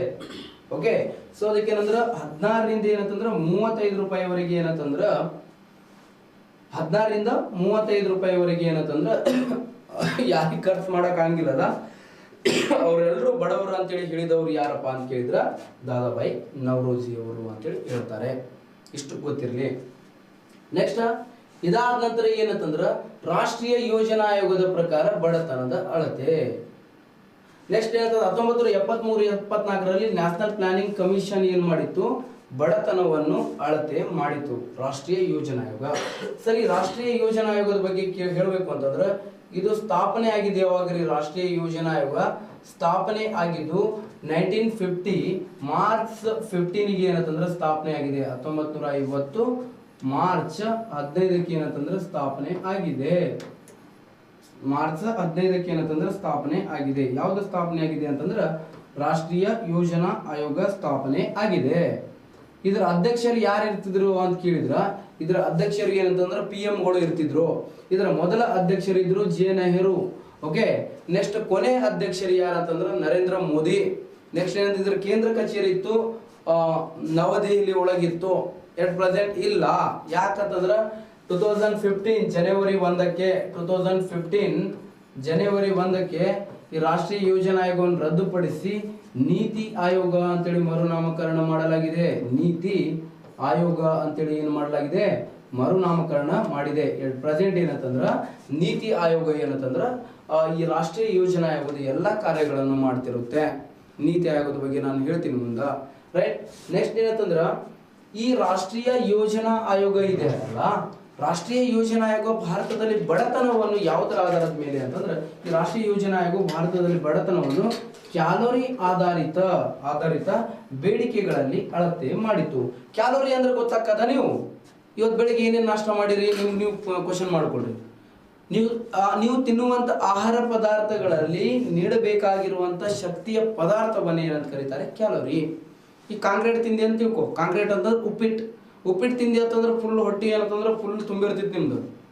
ಅದೇ ಅಂದ್ರೆ ತೊಯ್ಸಿ ಚುಮ್ಮುರಿ ಸುಸಲ ಅಂತಾರೆ. ನಮ್ಮ ಕಲಬುರ್ಗಿ, ಬೀದರ್ ಮತ್ತ ಬಿಜಾಪುರ ಮಂದಿ ಏನಂತಾರೆ, ಸುಸಲ ಅಂತ ಕರೀತಾರೆ. ನಮ್ಮ ಧಾರವಾಡ ಸೈಡ್ ಸೌತಿಗೆ ಹೋದ್ರೆ ಸುಸಲ ಅಂದ್ರೆ ಗೊತ್ತಾಗಿಲ್ಲ, ಯಾವ ಹುಡುಗಿ ಹೆಸರು ಕೇಳತ್ತೀವಿ ಅಂತಾರ ಅವ್ರು. ಸೊ ಅದಕ್ಕೆ ಏನಂತಂದ್ರ ಅದನ್ನ ತಿಂದ್ರೆ ಏನಂತಂದ್ರೆ ಹೊಟ್ಟಿ ಖಾಲಿ. ಮತ್ತೇನಂತಂದ್ರೆ ನೀನು ರೇಷನ್ ಅಕ್ಕಿ ತೊಗೊಂಡು ತಿಂದ್ರೆ ಏನಂತಂದ್ರೆ ಸ್ವಲ್ಪ ಕ್ಯಾಲೋರಿ ಜಾಸ್ತಿ ಸಿಗ್ತದ. ಮತ್ತು ಪಾಲಿಸ್ ಆಗಿರೋ ಅಕ್ಕಿ, ಸೋನಾ ಮಸೂರಿ ಅಕ್ಕಿ ತಿಂದಿ ಅಂತ ತಿಳ್ಕೊ, ನಿನ್ ಕ್ಯಾಲೋರಿ ಕಡಿಮೆ ಆಗ್ತದ. ನುಚ್ಚಕ್ಕಿ ತಿಂದ್ರೆ ಮುಗದೆ ಹೋದ್ ಸೆಲೆಬ್ರೇಷನ್ ಇಂದ ಖಾಲಿ. ಯಾವ ಖಾಲಿ? ಅದ್ರ ಖಾಲಿ. ನೆಕ್ಸ್ಟ್ ಏನಂತಂದ್ರ ಇವುಗಳು ಏನಂತಂದ್ರೆ ಕ್ಯಾಲೋರಿ ಆಧಾರಿತ ಬೇಡಿಕೆ. 8th ಸ್ಟ್ಯಾಂಡರ್ಡ್ ಬುಕ್ ಇವತ್ತು ಏನಂತಂದ್ರೆ 8th ಸ್ಟ್ಯಾಂಡರ್ಡ್ ಬುಕ್ ತೆಗದ ಅಲ್ಲಿ ಆಹಾರ ಟಾಪಿಕ್ ಅಂತೇಳಿ ಇರುತ್ತೆ. ಯಾವುದರಲ್ಲಿ ಎಷ್ಟು ಕ್ಯಾಲೋರಿ ಕೊಡುತ್ತೆ ಅಂತೇಳಿ ನಿಮ್ಗೆಲ್ಲ ಅಲ್ಲಿ ಕೊಟ್ಟ ನೋಡ್ರಿ. ಒಂದು ಡೈಗ್ರಾಮ್ ತೆಗೆದು ಏನಂದ್ರೆ ಒಂದು ಬಾಕ್ಸ್ ತೆಗೆದು ಅದ್ರೊಳಗೆ ಕೊಟ್ಟಿದ್ದಾನೆ, ಅದನ್ನ ಏನಂತಂದ್ರೆ ನೋಡ್ಕೊಳ್ಳಿ ಒನ್ ಟೈಮ್, ರೈಟ್. ಇದು ಏನಂತಂದ್ರೆ ಕ್ಯಾಲೋರಿ ಆಧಾರಿತ ಬೇಡಿಕೆಗಳಲ್ಲಿ ಅಳತೆ ಮಾಡಿತ್ತು. ನೆಕ್ಸ್ಟ್ ಇದಾದ ನಂತರ ಈ ರಾಷ್ಟ್ರೀಯ ಯೋಜನಾ ಆಯೋಗವು ಬಡತನವನ್ನು ಯಾವುದರ ಮೇಲೆ ಅಳತೆ ಮಾಡಿತ್ತು ಅಂತಂದ್ರ ಈ ಯಾವ ತರ ಆಧಾರದ ಮೇಲೆ ಅಂತಂದ್ರೆ ಗ್ರಾಮೀಣ ಪ್ರದೇಶದಲ್ಲಿ 2400 ಕ್ಯಾಲೋರಿಗಿಂತ ಕಡಿಮೆ ಆಹಾರ ಯಾರು ಸೇವಿಸ್ತಾರಲ್ಲ, ಎಷ್ಟು 2400 ಕ್ಯಾಲೋರಿಗಿಂತ ಕಡಿಮೆ ಯಾರು ಆಹಾರ ಸೇವಿಸ್ತಾರಲ್ಲ, ಎಲ್ಲಿ ಗ್ರಾಮೀಣ ಪ್ರದೇಶದಲ್ಲಿ ಅವರು ಬಡವರು. ಮತ್ತು ನಗರ ಪ್ರದೇಶಗಳಲ್ಲಿ ಎಷ್ಟು ಹೇಳಿತು ಗೊತ್ತಾ? ನಗರ ಪ್ರದೇಶಗಳಲ್ಲಿ ಏನ್ ಹೇಳಿದ್ದು ಅಂತ ಕೇಳಿದ್ರ, ನಗರ ಪ್ರದೇಶಗಳಲ್ಲಿ 2100 ಕ್ಯಾಲೋರಿಗಿಂತ ಕಡಿಮೆ ಆಹಾರ ಯಾರು ಸೇವಿಸ್ತಾರಲ್ಲ, 2100 ಕ್ಯಾಲೋರಿಗಿಂತ ಕಡಿಮೆ ಅವರೆಲ್ಲರೂ ಬಡವರು ಅಂತೇಳಿ ಹೇಳ್ತೀವಿ. ಯಾಕ್ರಿ ಸರ್ ಗ್ರಾಮೀಣ ಪ್ರದೇಶದಲ್ಲಿ ಅಷ್ಟು ಕೊಟ್ಟಿರಿ, ನಗರ ಪ್ರದೇಶದೊಳಗೆ ಯಾಕೆ ಕಡಿಮ್ರಿ? ಗ್ರಾಮೀಣ ಪ್ರದೇಶಗಳಲ್ಲಿ ಏನಾಗ್ತದ, ಫಿಸಿಕಲಿ ವರ್ಕ್ ನಡೀತಿತ್ತಪ್ಪ ಅಲ್ಲಿ. ಇಲ್ಲಿ ಅಂತಂದ್ರ ಮೆಂಟಲಿ ವರ್ಕ್ ಆಗ್ತದ ಇಲ್ಲಿ ನಮ್ದು. ಸರ್ ನಿಮ್ದು ಹೆಂಗ ಐತ್ರಿ? ಮೆಂಟಲ್ ಐತಿ ಫಿಸಿಕಲ್ ಐತ್ರಿ, ಎರಡು ಐತಿ ನಮ್ದು, ಹೌದಾ? ಹೆಂಗ ಹಂಗ. ನೆಕ್ಸ್ಟ್ ಏನಂತಂದ್ರ ಗ್ರಾಮೀಣ ಪ್ರದೇಶದಲ್ಲಿ 2400 ಕ್ಯಾಲೋರಿಗಿಂತ ಕಡಿಮೆ. ಯಾಕಂದ್ರ ಅವ್ರು ಕಬ್ಬು ಕಡ್ಯಾಕ್ ಹೋಗ್ತಾರ, ಮತ್ತೇನಂತಂದ್ರ ನೇಗಲ್ ಹೊಡ್ಯಾಕ್ ಹೋಗ್ತಾರಲ್ಲ, ಮತ್ತ ಅವ್ರಿಗೆ ಏನಂತಂದ್ರ ಒಂದು ಬ್ರೆಡ್ ಪಾಕೆಟ್ ಮತ್ತೇನಂದ್ರೆ ಇಟ್ಟು ಚಾ ಕೊಟ್ಟು ಕುಡೋದು ಏನಂತಂದ್ರ ಫುಲ್ ಡೇ ಕಬ್ಬು ಕಡಿ ಅಂದ್ರೆ ಕಡಿತಾನೇನು, ಸೆಟ್ಟಿಗೆ ಬಂದು ನಿಮಗೆ ಕಡಿತಾನ. ಸೊ ಅದಕ್ಕೆ ಏನಂತಂದ್ರ ಗ್ರಾಮೀಣ ಪ್ರದೇಶದಲ್ಲಿ ಅಷ್ಟು, ನಗರ ಪ್ರದೇಶದಲ್ಲಿ ಇಷ್ಟು ಕ್ಯಾಲೋರಿಗಿಂತ ಕಡಿಮೆ. ಸರ್ ಅದೇ ಹೆಂಗೆ ಕೌಂಟ್ ಮಾಡ್ತಾರ ಅಂದ್ರೆ ಅವರು ಸೇವಿಸುವಂತ ಆಹಾರಗಳಲ್ಲಿ ಮೊದಲೇ ಮುಂಚಿತವಾಗಿ ಏನಂತಂದ್ರ ಕ್ಯಾಲ್ಕುಲೇಷನ್ ಮಾಡಿ ಏನು ಮಾಡ್ತಾರೆ, ಇಷ್ಟಿಷ್ಟು ಕ್ಯಾಲೋರಿ ಅಂತೇಳಿ ಹೇಳಿರ್ತಾರೆ. ಅವ್ರು ಸೇವಿಸಬಹುದಾದ ಪದಾರ್ಥಗಳ ಮೇಲೆ ಏನ ಮಾಡ್ತಾರೆ, ಕಂಡುಹಿಡುತ್ತಾರೆ. ನೆಕ್ಸ್ಟ್ ಏನಂತಂದ್ರ ಇದರ ಪ್ರಕಾರ ರಾಷ್ಟ್ರೀಯ ಯೋಜನಾ ಆಯೋಗದ ಪ್ರಕಾರ 1973-74 ಅಲ್ಲಿ 1973-74 ಅಲ್ಲಿ ನಮ್ಮ ದೇಶದಲ್ಲಿ ಎಷ್ಟಿತ್ರಿ ಬಡತನದ ಪ್ರಮಾಣ ಅಂತ ಕೇಳಿದ್ರ 54.9% ಏನಂತಂದ್ರೆ ಬಡತನದ ಪ್ರಮಾಣ ಇತ್ತು. ಎಷ್ಟು? 54.9% ಏನಂತಂದ್ರೆ ನಮ್ಮ ದೇಶದಲ್ಲಿ ಬಡತನದ ಪ್ರಮಾಣ ಇರೋದನ್ನು ನಾವು ನೋಡ್ತೀವಿ. ಇದು ನಿಮಗೆ ಗೊತ್ತಿರಬೇಕು, ರೈಟ್. ನೆಕ್ಸ್ಟ್ ಏನಂತಂದ್ರ ಯಾವುದ್ರ ಪ್ರಕಾರ? ವಿಶ್ವ ಬ್ಯಾಂಕಿನ ಪ್ರಕಾರ ಬಡತನದ ಮಾಪನ. ಓಕೆ, ಯಾವುದ್ರ ಪ್ರಕಾರ? ವಿಶ್ವ ಬ್ಯಾಂಕಿನ ಪ್ರಕಾರ ಬಡತನದ ಮಾಪನ. ವಿಶ್ವ ಬ್ಯಾಂಕ್, ವರ್ಲ್ಡ್ ಬ್ಯಾಂಕ್ ಅಂತ ಹೇಳಿ ಕರಿತೀವಿ. ನೋಡ್ರಿ, ಈ ವಿಶ್ವ ಬ್ಯಾಂಕ್ ಮತ್ತು IMF ಅನ್ನು ಏನಂತ ಕರೀತಾರೆ? ಅವಳಿ ಸಂಸ್ಥೆಗಳು ಅಂತ ಕರೀತಾರೆ. ಓಕೆ, ಟ್ವಿನ್ಸ್ ಆರ್ಗನೈಸೇಷನ್ ಅಂತ ಕರೀತಾರೆ. IMF ಅಂದ್ರೆ ಇಂಟರ್ನ್ಯಾಷನಲ್ ಮಾನಿಟರಿ ಫಂಡ್, ಮತ್ತೇನಂತಂದ್ರ ವಿಶ್ವ ಬ್ಯಾಂಕಿಗೆ ಎರಡಕ್ಕೆ ಏನಂತಂದ್ರೆ ಅವಳಿ ಸಂಸ್ಥೆಗಳು ಅಂತೇಳಿ ಕರೀತಾವೆ. ಯಾಕೆ ಕರೀತಾರಪ್ಪ ಅವಳಿ ಸಂಸ್ಥೆಗಳು ಅಂತೇಳಿ ಇವ್ರಿಗೆ ಅಂತ ಕೇಳಿದ್ರ, ಇವುಗಳಿಗೆ ಅವಳಿ ಸಂಸ್ಥೆ ಅಂತ ಕರೆಯಾಕ ಇವೆರಡು ಸಂಸ್ಥೆಗಳು 1944 ಬ್ರಿಟನ್ ವುಡ್ ಸಮ್ಮೇಳನದ ಅನ್ವಯ ಸ್ಥಾಪನೆಯಾಗಿವೆ. ಎರಡು ಸ್ಥಾಪನೆ ಆಗಿದೆ. 1944ರ ಬ್ರಿಟನ್ ವುಡ್ ಸಮ್ಮೇಳನದ ಅನ್ವಯ ಎರಡು ಸ್ಥಾಪನೆ ಆಗಿವೆ. ನೆಕ್ಸ್ಟ್ ಎರಡು ಕೂಡ ಕಾರ್ಯ ಆರಂಭ ಮಾಡಿದ್ದು ಯಾವಾಗಪ್ಪ ಅಂತ ಕೇಳಿದ್ರೆ, ಕಾರ್ಯ ಆರಂಭ ಮಾಡಿದ್ದು ಯಾವಾಗ್ರಿ ಎರಡು ಅಂತ ಕೇಳಿದ್ರ, ಎರಡು ಕಾರ್ಯಾರಂಭ ಮಾಡಿದ್ದು 1945 ಡಿಸೆಂಬರ್ 27ರಿಂದ ಕಾರ್ಯ ಆರಂಭ ಮಾಡಿವೆ. ಎರಡು ಡಿಸೆಂಬರ್ 27, 1945ರಿಂದ IMF ಮತ್ತು ವಿಶ್ವ ಬ್ಯಾಂಕ್ ಎರಡು ಕಾರ್ಯ ಆರಂಭ ಮಾಡಿದಾವೆ. ನೆಕ್ಸ್ಟ್ ಏನಂತಂದ್ರ ಈ ಎರಡು ಸಂಸ್ಥೆಗಳ ಕೇಂದ್ರ ಕಚೇರಿ ಎಲ್ಲಿದೆ ರೀ ಅಂತಂದ್ರ ವಾಷಿಂಗ್ಟನ್ DC ಅಲ್ಲಿ ಇದೆ. ನೆಕ್ಸ್ಟ್ ಈ ವಿಶ್ವ ಬ್ಯಾಂಕ್ ಬಡತನವನ್ನು ಯಾವುದರ ಆಧಾರದ ಮೇಲೆ ಅಳತೆ ಮಾಡಿತ್ತು ಅಂತ ಕೇಳಿದ್ರ, ಡಾಲರ್ ಮೌಲ್ಯದ ಆಧಾರದ ಮೇಲೆ ಅಳತೆ ಮಾಡಿತ್ತು ರೀ. ಯಾವ ಮೌಲ್ಯದ ಆಧಾರದ ಮೇಲೆ? ಡಾಲರ್ ಮೌಲ್ಯದ ಆಧಾರದ ಮೇಲೆ. ಡಾಲರ್ ಮೌಲ್ಯದ ಆಧಾರದ ಮೇಲೆ ಏನ್ ಮಾಡಿತ್ತು? ಬಡತನವನ್ನು ಏನ್ ಮಾಡಿತ್ತು? ಅಳತೆ ಮಾಡಿತ್ತು. ಮೌಲ್ಯದ ಆಧಾರದ ಮೇಲೆ, ಡಾಲರ್ ಮೌಲ್ಯದ ಆಧಾರದ ಮೇಲೆ ಬಡತನವನ್ನು ಅಳತೆ ಮಾಡಿತ್ತು. ಏನ್ರಿ ಇದರ ಪ್ರಕಾರ ಬಡತನ ಅಂತಂದ್ರೆ ಏನು ಅಂತ ಕೇಳಿದ್ರ, ನೋಡ್ರಿ ಈ ಎರಡು ಸಂಸ್ಥೆಗಳು ಇಲ್ಲಿ ಐತಿ ನೋಡ್ರಿ. ಈ ಎರಡು ಸಂಸ್ಥೆಗಳು 1945 ಡಿಸೆಂಬರ್ 27ರಿಂದ ಕಾರ್ಯಾರಂಭ ಮಾಡಿವೆ. ವಿಶ್ವ ಬ್ಯಾಂಕ್ ಬಡತನವನ್ನು ಯಾವುದರ ಆಧಾರದ ಮೇಲೆ ಅಂತಂದ್ರೆ ಡಾಲರ್ ಮೌಲ್ಯದ ಆಧಾರದ ಮೇಲೆ ವ್ಯಾಖ್ಯಾನಿಸಿತು.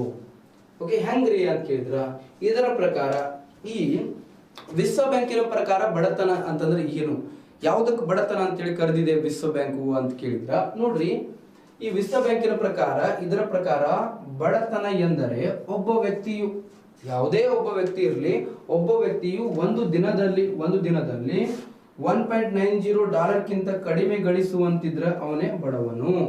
ಎಷ್ಟು? $1.90 ಕಡಿಮೆ ಯಾರು ಗಳಿಸ್ತಾನಲ್ಲ ಅವರೇ ಯಾರು ಅಂತಂದ್ರೆ ಬಡವರು ಅಂತೇಳಿ ಯಾವುದು ವ್ಯಾಖ್ಯಾನಿಸಿದೆ ಅಂತ ಕೇಳಿದ್ರೆ ವಿಶ್ವ ಬ್ಯಾಂಕು ವ್ಯಾಖ್ಯಾನಿಸಿದೆ. ಇದು ನಿಮ್ಗೆ ಗೊತ್ತಿರಬೇಕು. ಕೆಲವೊಂದು ಬುಕ್ ಒಳಗೆ ಏನಂತಂದ್ರೆ $1.90 ಕಡಿಮೆ ಖರ್ಚು ಮಾಡುವಂತಿದ್ರೆ, ಗಳಿಸಿದ್ರೆ ಖರ್ಚು ಮಾಡ್ತಾನ್ರಿ, ಇನ್ನು ಗಳಿಸ್ಲೇ ಇಲ್ಲ ಅಂದ್ರೆ ಎಲ್ಲಿ ಖರ್ಚು ಮಾಡ್ತಾನ್ರಿ ಅಂತ. ಸರ್ ಸಾಲ ಮಾಡಿರೋ ಖರ್ಚು ಮಾಡಬಹುದಲ್ರಿ. ಬಟ್ ಕಾನ್ಸೆಪ್ಟ್ ಇರೋದು ಹೆಂಗಂತಂದ್ರ ಒಬ್ಬ ವ್ಯಕ್ತಿ $1.90 ಕಡಿಮೆ ಗಳಿಸುವಂತಿದ್ರೆ ಅವನೇ ಬಡವರು ಅಂತೇಳಿ ಹೇಳ್ತಾರೆ NCERT ಗೌರ್ಮೆಂಟ್ ಬುಕ್ ಒಳಗ. ಓಕೆ, ಇದೇ ಏನಂತಂದ್ರೆ ನೆನಪಿಟ್ಕೊಳ್ಬೇಕು. ಇದು ಯಾವಾಗ ಕ್ಲಾಸಿಫಿಕೇಶನ್ ಮಾಡಿದ್ರು? ಮೊದಲಿತ್ತು $1.25 ಇತ್ತು. ಇದು ಕ್ಲಾಸಿಫಿಕೇಶನ್ ಯಾವಾಗ ಮಾಡಿದ್ದಾರೆ ಸರ್ ಅಂತಂದ್ರೆ ಇದು 2017 ನಲ್ಲಿ ಕ್ಲಾಸಿಫಿಕೇಶನ್ ಆಗಿದ್ದು, ಮತ್ತು ನಂತರ ಕ್ಲಾಸಿಫಿಕೇಶನ್ ಮಾಡಿಲ್ಲ ವಿಶ್ವ ಬ್ಯಾಂಕು. ಮಾಡಿದ್ರೆ ಏನ್ ಮಾಡ್ಬೇಕು ನಾವು? ಅಪ್ಡೇಟ್ ಆಗ್ಬಿಡ್ಬೇಕು ಕರೆಂಟ್ ಅಫೇರ್ಸ್ ಅಲ್ಲಿ. ಸರಿನಾ? ರೈಟ್. ಈ ಕ್ಲಾಸಿಫಿಕೇಶನ್ ಇನ್ನು ಜಾಸ್ತಿ ಈಗ ಏನಂತಂದ್ರೆ ಕಾಸ್ಟ್ಲಿ ಆಗುತ್ತದೆ ಈಗ. ಸೊ ಕಾಸ್ಟ್ಲಿ ಆದ್ರೆ ಮತ್ತೆ ಏನಂದ್ರೆ ಸ್ವಲ್ಪ ಏನಂತಂದ್ರೆ ಜಾಸ್ತಿ ಮಾಡಿಬಿಡುತ್ತೆ. ಈಗ ಏನಂತಂದ್ರೆ $2 ಮಾಡಬಹುದು. ಎಲ್ಲ ದೇಶಗಳಿಗೆ ಸೇಮ್ ರೀ ಅಪ್ಲೈ ಆಗೋದು ಇದು. ಸರಿನಾ? ರೈಟ್. ನೆಕ್ಸ್ಟ್ ಏನಂತಂದ್ರೆ ADB ಪ್ರಕಾರ, ಏಷ್ಯನ್ ಡೆವಲಪ್ಮೆಂಟ್ ಬ್ಯಾಂಕ್ ಪ್ರಕಾರ ಬಡತನದ ಮಾಪನ ಹೆಂಗಿದೆ? ಹಾಗಾದ್ರೆ ADB ಏಷ್ಯನ್ ಡೆವಲಪ್ಮೆಂಟ್ ಬ್ಯಾಂಕು ಇದರ ಕೇಂದ್ರ ಕಚೇರಿ ಎಲ್ಲಿದೆ ಅಂತ ಕೇಳಿದ್ರೆ ಫಿಲಿಪೈನ್ಸ್ ನ ಮನಿಲಾದಲ್ಲಿ ಇದೆ. ಕೇಂದ್ರ ಕಚೇರಿ ಇರೋದು ಎಲ್ಲಿ ಅಂತಂದ್ರೆ ಫಿಲಿಪೈನ್ಸ್ ನ ಮನಿಲಾ. ಫಿಲಿಪೈನ್ಸ್ ನ ಯಾವುದು? ಮನಿಲಾದಲ್ಲಿ ಇದರ ಕೇಂದ್ರ ಕಚೇರಿ ಕಂಡು ಬರುತ್ತೆ. ಯಾವುದರ ಮನಿಲಾ? ಫಿಲಿಪೈನ್ಸ್ ನ ಮನಿಲಾದಲ್ಲಿ ಇದರ ಕೇಂದ್ರ ಕಚೇರಿ. ಹಾಗಾದ್ರೆ ಇದು ADB ಸ್ಥಾಪನೆ ಆಗಿದ್ದಾರೆ ಯಾವಾಗ್ರಿ ಅಂತ ಕೇಳಿದ್ರ ಇದು ಸ್ಥಾಪನೆ ಆಗಿದ್ದು 1966 ಡಿಸೆಂಬರ್ 19 ಒಳಗ. 1966 ಡಿಸೆಂಬರ್ 19ಕ್ಕೆ ಏನಂತಂದ್ರೆ ಸ್ಥಾಪನೆ ಆಗಿದೆ ADB. ನೆಕ್ಸ್ಟ್ ಏನಂತಂದ್ರೆ ಇದು ಬಡತನವನ್ನು ಯಾವ್ದ್ರ ಡಾಲರ್ ನಲ್ಲಿ ಏನಂತಂದ್ರೆ ಇದು ಸಹ ಏನಂತಂದ್ರೆ ಡಾಲರ್ ಮೌಲ್ಯದ ಮೇಲೆ ಏನಂತಂದ್ರೆ ಮಾಪನ ಮಾಡಿತು. ಯಾವುದರ ಆಧಾರದ ಮೇಲೆ? ಡಾಲರ್ ಮೌಲ್ಯದ ಆಧಾರದ ಮೇಲೆ. ಡಾಲರ್ ಮೌಲ್ಯದ ಆಧಾರದ ಮೇಲೆ ಇದು ಕೂಡ ಏನಂತಂದ್ರೆ ಬಡತನವನ್ನು ಅಳತೆ ಮಾಡಿತು. ಯಾವುದರ ಆಧಾರದ ಮೇಲೆ? ಡಾಲರ್ ಮೌಲ್ಯದ ಆಧಾರದ ಮೇಲೆ ಇದು ಕೂಡ ಬಡತನವನ್ನು ಅಳತೆ ಮಾಡಿತು. ಸೇಮ್ ವಿಶ್ವ ಬ್ಯಾಂಕಿನ ಪ್ರಕಾರ ಇದು ಕೂಡ ಏನಂತಂದ್ರೆ ಡಾಲರ್ ಮೌಲ್ಯದ ಆಧಾರದ ಮೇಲೆ ಏನಂತಂದ್ರೆ ಬಡತನವನ್ನು ಅಳತೆ ಮಾಡಿತು. ಇದರ ಪ್ರಕಾರ ಬಡತನ ಅಂದ್ರೆ ಏನ್ರಿ ಸರ? ADB ಪ್ರಕಾರ ಬಡತನ ಅಂದ್ರೆ ಏನು? ADB ಪ್ರಕಾರ ಬಡತನ ಅಂತಂದ್ರ ಒಬ್ಬ ವ್ಯಕ್ತಿ $1.51 54 ಅಲ್ಲಿ ಇದು 51 ರೀ. ಒಬ್ಬ ವ್ಯಕ್ತಿ ಯಾವುದೇ ಒಬ್ಬ ವ್ಯಕ್ತಿ $1.51 ಕಡಿಮೆ ಖರ್ಚು ಮಾಡುವಂತಿದ್ರೆ ಅವರನ್ನು ಏನಂತ ಕರೀತಾರೆ? ಬಡವರು ಅಂತೇಳಿ ಕರೀತಾರೆ. ಟೈಪಿಂಗ್ ಮಾಡುವಾಗ ಸ್ವಲ್ಪ ಮಿಸ್ಟೇಕ್ ಆಗಿರ್ತದ. ನಾವು ನೋಡಿರಂಗಿಲ್ಲ, ಬಿಸಿ ಶೆಡ್ಯೂಲ್ ಇರ್ತದೆ, ಹೆವಿ ಬಿಸಿ ಇರ್ತೀವಲ್ಲ. ಸೊ ಅದಕ್ಕೆ ಏನಂದ್ರೆ ನೋಡಂಗಿಲ್ಲ. ಅಂಥದ್ದೇನು ಮಾಡ್ತೀವಿ ಮಾಸ್ತರ್, ಅಷ್ಟು ಬಿಸಿ ಇರಕಂದ್ರೆ ಬಿಸಿ ಇರ್ತೀವಿ ಅಷ್ಟೇ. ಓಕೆ, ಸೊ ಅದಕ್ಕೆ ಏನಂತಂದ್ರೆ ಇದನ್ನ ಏನಂತ ಕರೀತಾರೆ? ಬಡತನ ಅಂತೇಳಿ ಕರೀತಾರೆ. ಯಾವುದರ ಪ್ರಕಾರ ಅಂತಂದ್ರೆ ADB ಪ್ರಕಾರ $1.51 ಕಡಿಮೆ ಖರ್ಚು ಮಾಡುವಂತಿದ್ರೆ ಅವರೇ ಏನಂತ ಕರೀತಾರೆ? ಬಡವರು ಅಂತೇಳಿ ಕರೀತಾರೆ. ಇಷ್ಟು ನಿಮಗೆ ಗೊತ್ತಿರಲಿ. ಸರಿನಾ? ರೈಟ್. ಇದಾದ ನಂತರ ನೆಕ್ಸ್ಟ್ ಬರೋದು DT ಲಕಡವಾಲ್ ಸಮಿತಿ ಅಂತೇಳಿ ಬರುತ್ತೆ ರೀ. ಯಾವ ಸಮಿತಿ? DT ಲಕಡವಾಲ್ ಸಮಿತಿ ಅಂತೇಳಿ ಬರುತ್ತೆ. ಈ DT ಲಕಡವಾಲ್ ಸಮಿತಿ ನೇಮಕ ಆಗಿದೆ ಯಾವಾಗ್ರಿ ಅಂತ ಕೇಳಿದ್ರೆ 1989 ಅಲ್ಲಿ ನೇಮಕ ಆಗಿದೆ. ಓಕೆ, ಈ DT ಲಕಡವಾಲ್ ಅವರನ್ನು ಏನಂತ ಕರೀತಾರೆ? ಭಾರತದ ಬಡತನ ರೇಖೆಯ ಪಿತಾಮಹ ಅಂತೇಳಿ ಕರೀತಾರೆ. ಯಾರನ್ನು ಭಾರತದ ಬಡತನ ರೇಖೆಯ ಪಿತಾಮಹ ಎಂದು ಕರೆಯಲಾಗುತ್ತದೆ ಅಂತ ಕೇಳಿದ್ರೆ DT ಲಕಡವಾಲ್ ಅವರನ್ನು ಕರೀತಾರೆ. DT ಲಕಡವಾಲ್ ಅವರನ್ನು ಏನಂತ ಕರೀತಾರೆ? ಭಾರತದ ಬಡತನ ರೇಖೆಯ ಪಿತಾಮಹ ಅಂತೇಳಿ ಕರೀತಾರೆ. ನೆಕ್ಸ್ಟ್ ಈ ಸಮಿತಿ ಬಡತನವನ್ನು, ಈ DT ಲಕಡವಾಲ್ ಸಮಿತಿ ಬಡತನವನ್ನು ಡಾಲರ್ ಮೌಲ್ಯದ ಆಧಾರದ ಮೇಲೆ ಅಳತೆ ಮಾಡಿಲ್ಲ. ಕೌಟುಂಬಿಕ CPI ಅಂತೇಳಿ CPI ಈ ಸಮಿತಿಯು ಬಡತನವನ್ನು ಯಾವುದರ ಆಧಾರದ ಮೇಲೆ ಅಂತ ಕೇಳಿದ್ರೆ ಕೌಟುಂಬಿಕ ತಲಾ ಅನುಭೋಗ ವೆಚ್ಚದ ಆಧಾರದ ಮೇಲೆ ಮತ್ತು CPI ಅಂತಂದ್ರೆ ಕನ್ಸ್ಯೂಮರ್ ಪ್ರೈಸ್ ಆಧಾರದ ಮೇಲೆ ಅಂದ್ರೆ ಅಳತೆ ಮಾಡಿತು. CPI ನಿಮಗ ಇನ್ಫ್ಲೇಷನ್ ಅನ್ನು ಮೆಜರ್ ಮಾಡ್ಬೇಕಂತಂದ್ರೆ ಹೇಳಿದೆ ನಾನು. ಏನಂತ ಹೇಳಿದೆ ನಾನು ನಿಮಗ ಅಂತ ಕೇಳಿದ್ರ ಗ್ರಾಹಕ ಬೆಲೆ ಸೂಚ್ಯಂಕ ಮತ್ತು ಸಗಟು ಬೆಲೆ ಸೂಚ್ಯಂಕದ ಆಧಾರದ ಮೇಲೆ ಬಡತನವನ್ನು ಅಳತೆ ಮಾಡ್ತಾರೆ ಅಂತೇಳಿ ಹೇಳಿದೆ ನಾನು. ಅದೇ ತರ ಇದು ಏನಂತಂದ್ರೆ ಕೌಟುಂಬಿಕ ತಲಾನುಭೋಗ ವೆಚ್ಚ ಮತ್ತು ಯಾವುದರ ಆಧಾರದ ಮೇಲೆ ಅಳತೆ ಮಾಡಿತ್ತು ಅಂತ ಕೇಳಿದ್ರ, ಇದು ಯಾವುದರ ಆಧಾರದ ಮೇಲೆ ಅಳತೆ ಮಾಡಿತ್ತು ಅಂತಂದ್ರೆ ನೋಡ್ರಿ, ಗ್ರಾಹಕ ಬೆಲೆ ಸೂಚ್ಯಂಕ ಮತ್ತು ಒಂದೇದು ಯಾವ್ದಂತಂದ್ರೆ ಸಿಪಿಐ ಆಧಾರದ ಮೇಲೆ ಅಳತೆ ಮಾಡಿತ್ತು. ಸಿಪಿಐ ಅಂತಂದ್ರೆ ಗ್ರಾಹಕ ಬೆಲೆ ಸೂಚ್ಯಂಕ, ಕನ್ಸ್ಯೂಮರ್ ಪ್ರೈಸ್ ಇಂಡೆಕ್ಸ್. ಮತ್ತು ಇನ್ನೊಂದು ಏನಂತಂದ್ರೆ ಕೌಟುಂಬಿಕ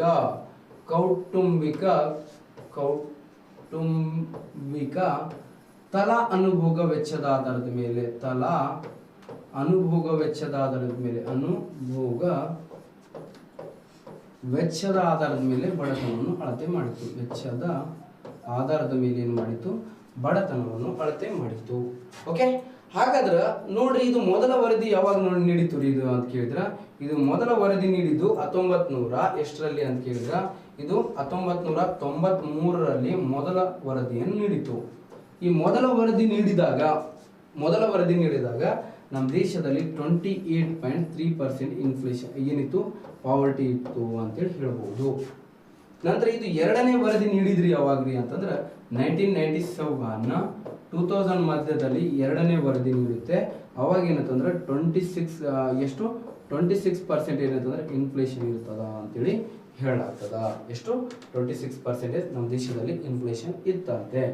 ಓಕೆ, ನೆಕ್ಸ್ಟ್ ನೋಡ್ರಿ, ಇಲ್ಲಿ ಬಡತನವನ್ನು ಯಾವುದಪ್ಪ ಅಂತ ಕೇಳಿದ್ರೆ, ಈ ಡಿ.ಟಿ. ಲಕಡವಾಲ್ ಸಮಿತಿ ಬಡತನವನ್ನು ಅಳತೆ ಮಾಡಿದ್ದು 1993 ಒಳಗೆ ಅಳತೆ ಮಾಡಿದಾಗ 1993ರಲ್ಲಿ 28.3 ಇತ್ತು. 1993ರಲ್ಲಿ ಅಳತೆ ಮಾಡಿದಾಗ ಎಷ್ಟಿತ್ತು? 28.3% ಇತ್ತು. ನೆಕ್ಸ್ಟ್ ಇದು ಎರಡನೇ ವರದಿ ನೀಡಿದ್ದು ನೋಡ್ರಿ 1997 2000 ಮಧ್ಯ, ಅವಾಗಿತ್ತು 26% ಇತ್ತು. ಸರ್, ಕೌಟುಂಬಿಕ ತಲಾನುಭೋಗ ವೆಚ್ಚ ಅಂತಂದ್ರೆ ಗೊತ್ತಾಗ್ಲಿಲ್ಲ ನನಗ ಅಂತೇಳಿ ಕೆಲವೊಬ್ಬರು ಅಂತಾರೆ. ಓಕೆ, ನಿಮ್ಮ ಮನೆಗೆ ಎಷ್ಟು ಒಂದು 4 ಜನ ಇರ್ತೀರ ಅಂತ ತಿಳ್ಕೊಳ್ರಿ.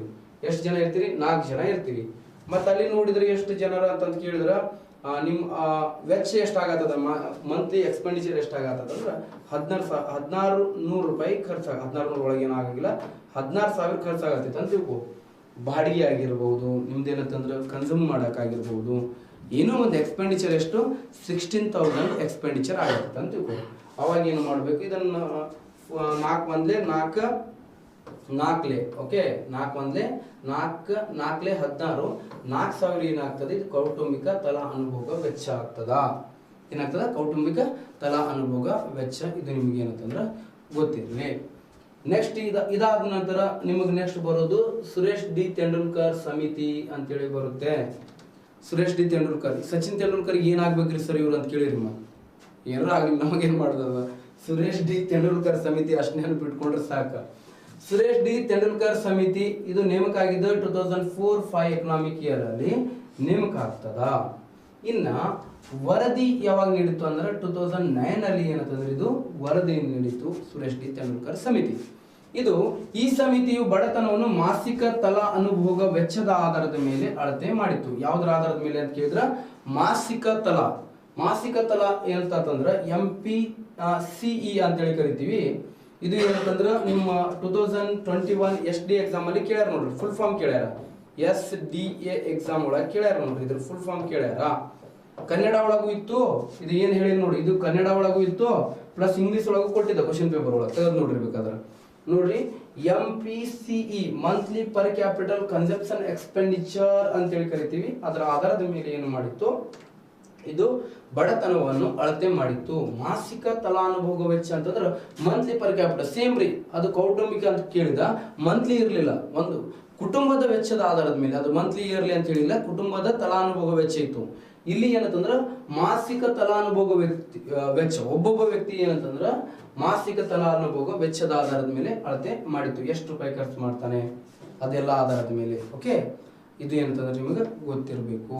ನೆಕ್ಸ್ಟ್ ಇದಾದ ನಂತರ ಇದರ ಪ್ರಕಾರ ಸುರೇಶ್ ಡಿ ತೆಂಡೂಲ್ಕರ್ ಸಮಿತಿಯ ಪ್ರಕಾರ ಎಷ್ಟಿದ್ರಿ ಬಡತನ ನಮ್ಮ ದೇಶದಲ್ಲಿ ಅಂತಂದ್ರೆ 21, ಅಂತಿಮವಾಗಿ 21.9% ಇತ್ತು ರೀ ನಮ್ಮ ದೇಶದಲ್ಲಿ ಪಾವರ್ಟಿ ಅಂತೇಳಿ ಹೇಳುತ್ತೆ. ಬಟ್ ಈ ಸಮಿತಿಯ ಶಿಫಾರಸ್ಸಿಗೆ ತೀವ್ರವಾಗಿ ಏನಾಗ್ತವೆ? ವಿರೋಧಗಳು ವ್ಯಕ್ತ ಆಗ್ತವೆ.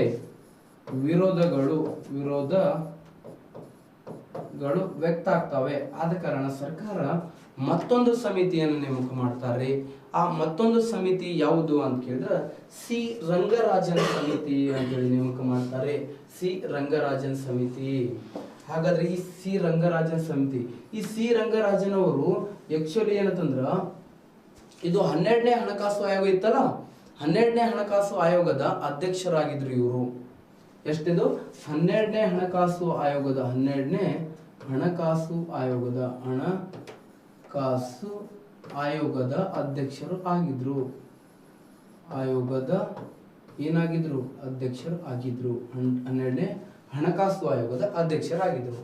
ನೆಕ್ಸ್ಟ್ ನೇಮಕ ಆಗಿದ್ದು ಯಾವಾಗ ಇದು ಅಂತಂದ್ರೆ 2011-12 ಅಲ್ಲಿ ನೇಮಕ ಆಗಿತ್ತು ಈ ಸಿ ರಂಗರಾಜನ್ ಸಮಿತಿ. ಯಾಕಂತಂದ್ರೆ ಇದನ್ನ ನೇಮಕ ಮಾಡಿದರ ಉದ್ದೇಶ ಏನಾಗಿತ್ತು ಅಂತಂದ್ರೆ ಸುರೇಶ್ ಡಿ ತೆಂಡೂಲ್ಕರ್ ಸಮಿತಿಯ ವರದಿಗೆ ಏನಂತಂದ್ರೆ ತೀವ್ರವಾಗಿ ಏನಾಗಿದ್ದು ವಿರೋಧಗಳು ವ್ಯಕ್ತ ಆಗಿದ್ವು.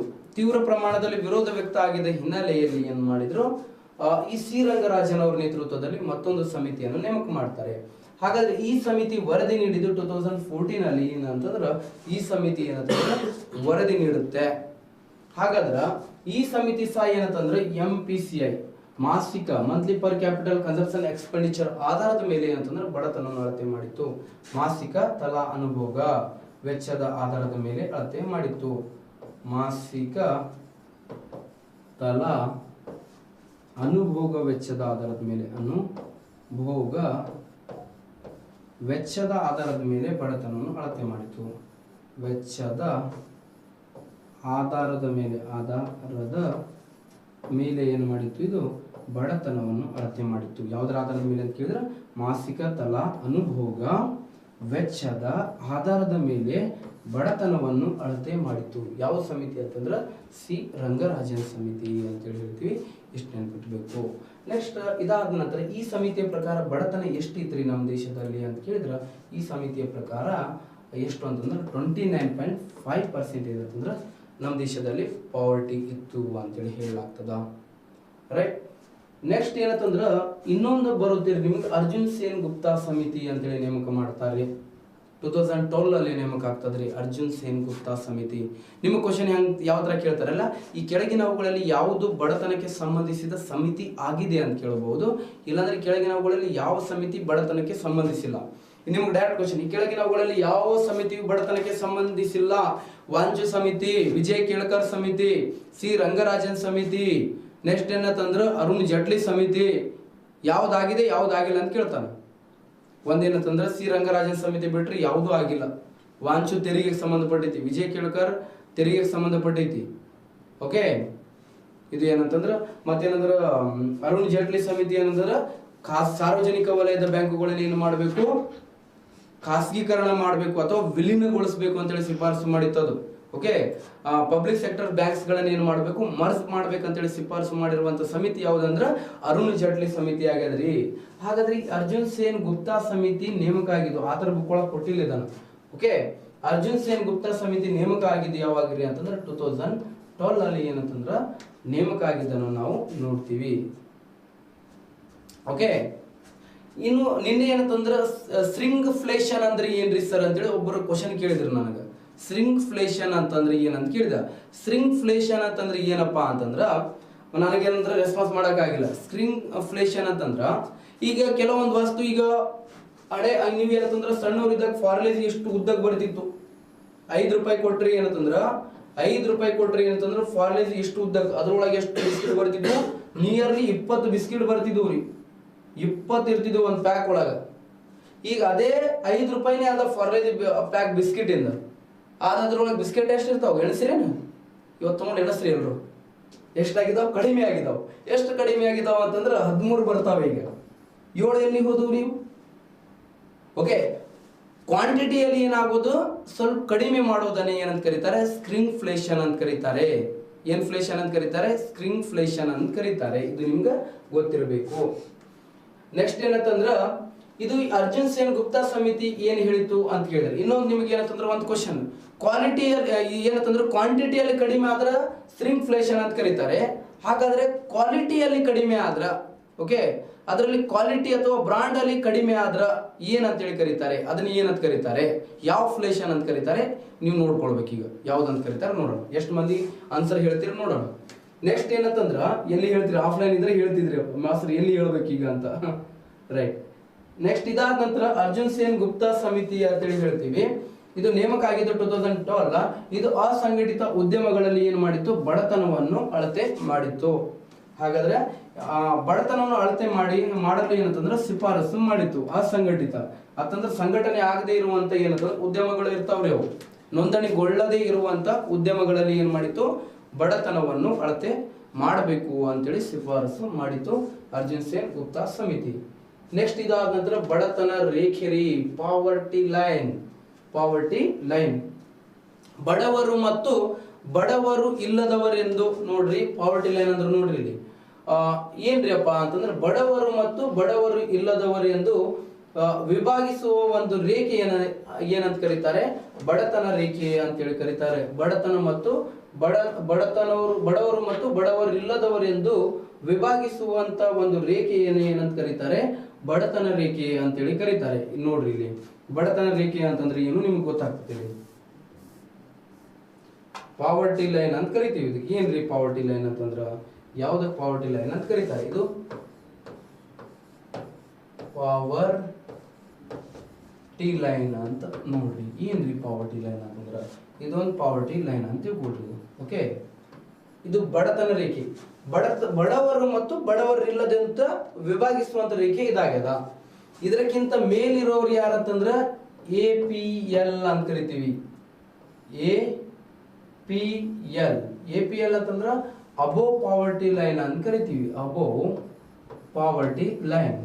ಇನ್ನ ಇದ್ರ ಕೆಳಗಿರೋರು ಯಾರಪ್ಪ ಅಂತಂದ್ರ BPL ಅಂತಂದ್ರೆ ಏನ್ರಿ, ಬಿಲೋ ಪಾವರ್ಟಿ ಲೈನ್. ಇದರ ಕೆಳಗಡೆ ಇರೋರು ಯಾರಂತಂದ್ರ AAY ಅಂತ ಕರಿತೀವಿ. ಅಂತ್ಯೋದಯ ಅನ್ನ ಯೋಜನೆ ಅಂತ ಕರಿತೀವಿ. ಇದಕ್ಕೆ ಅಂತ್ಯೋದಯ ಅನ್ನ ಯೋಜನೆದಾರರು.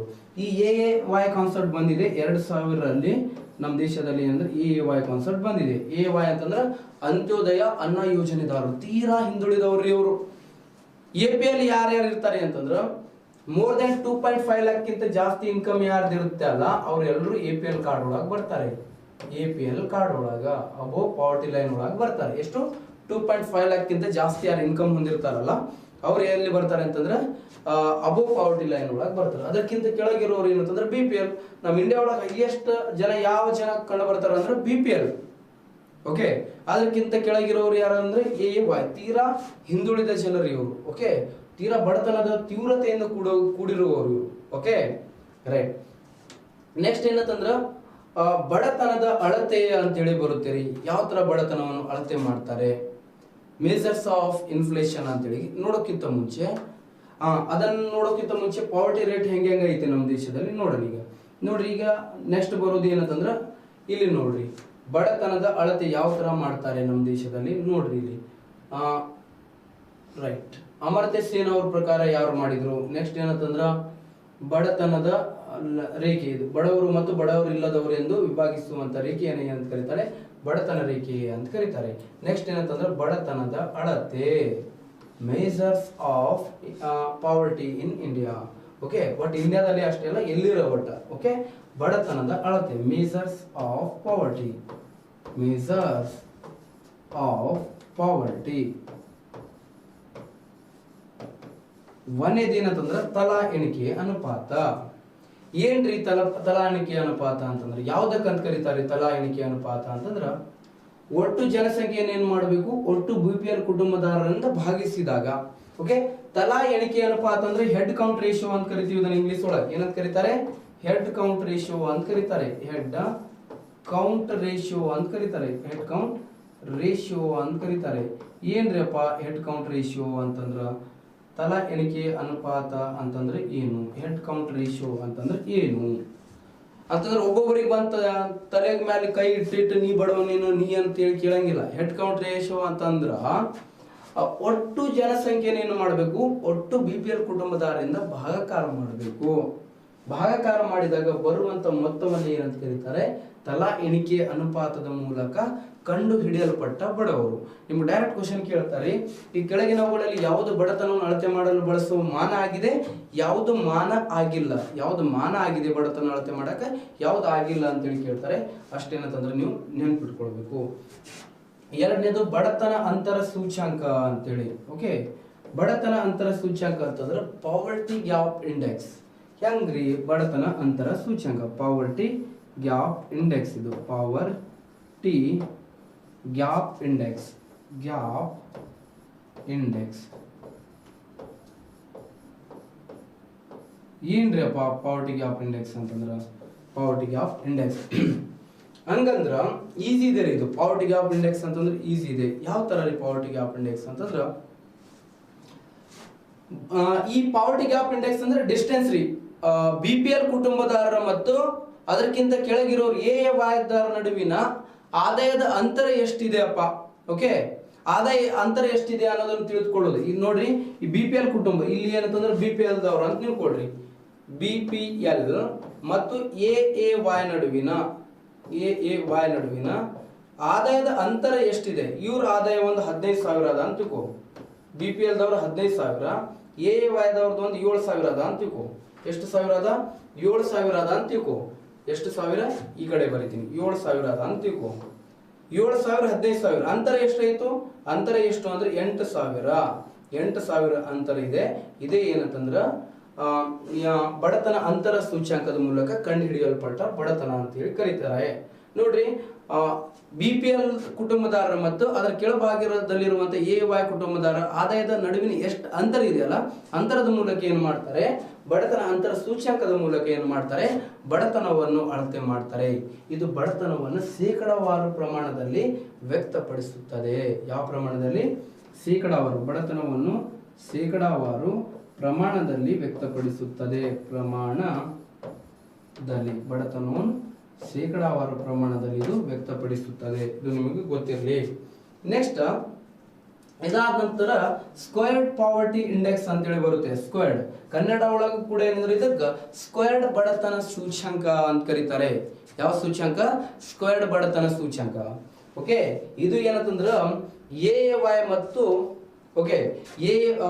ಬಡತನ ರೇಖೆ ಮತ್ತು ಅದರ ಕೆಳಗಿನ ಅದರ ಕೆಳಭಾಗದಲ್ಲಿರುವಂತ ಜನರ ನಡುವಿನ ಎಷ್ಟು ಏನಂತಂದ್ರೆ ಬಡತನದ ಅಂತರ ಇದೆ, ಅದರ ಮೂಲಕ ಬಡತನ ಮತ್ತು ಬಡತನದ ತೀವ್ರತೆಯಿಂದ ಕೂಡಿರುವ ಜನರ ನಡುವಿನ ಏನಂತಂದ್ರ ನಡುವಿನ ಅಂತರವನ್ನು ಅಳತೆ ಮಾಡಕ್ಕೆ ಇದನ್ನು ಬಳಸ್ತಾರೆ.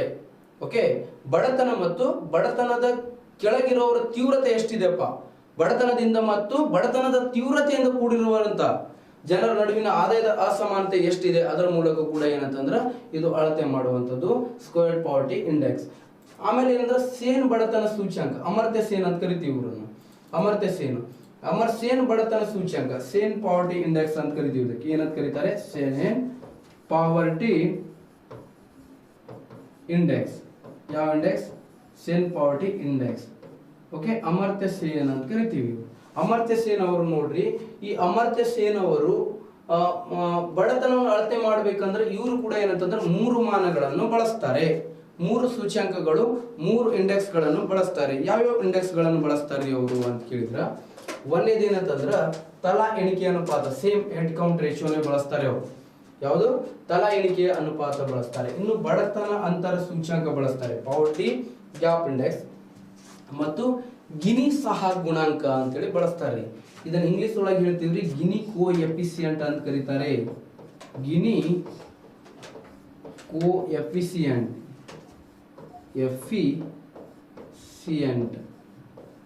ಯಾವ ಕೋಫಿಷಿಯಂಟ್? ಗಿನಿ ಕೋ ಎಫಿಸಿಯಂಟ್ ಅಂತ ಕರಿತೀವಿ. ಗಿನಿ ಸಹ ಗುಣಾಂಕವನ್ನು ಬಳಸ್ತಾರೆ, ಗಿನಿ ಕೋ ಎಫಿಸಿಯಂಟ್ ಅಂತೇಳಿ ಬಳಸ್ತಾರೆ. ನೆಕ್ಸ್ಟ್, ಈ ಗಿನಿ ಕೋ ಎಫಿಸಿಯಂಟ್ ಅನ್ನು ಯಾರು ಪರಿಚಯ ಮಾಡಿದ್ರು ಅಂತೇಳಿ ಕೇಳ್ತಾರೆ. ನೋಡ್ರಿ, ಗಿನಿ ಸಹ ಗುಣಾಂಕವನ್ನು ಇಟಲಿ ದೇಶದ ಅರ್ಥಶಾಸ್ತ್ರಜ್ಞರಾಗಿರುವಂತ ಕಾರ್ಡೋ ಗಿನಿ ಅವರು ಏನ್ ಮಾಡ್ತಾರೆ, 1912ರಲ್ಲಿ ಇದನ್ನು ಪರಿಚಯ ಮಾಡ್ತಾರೆ.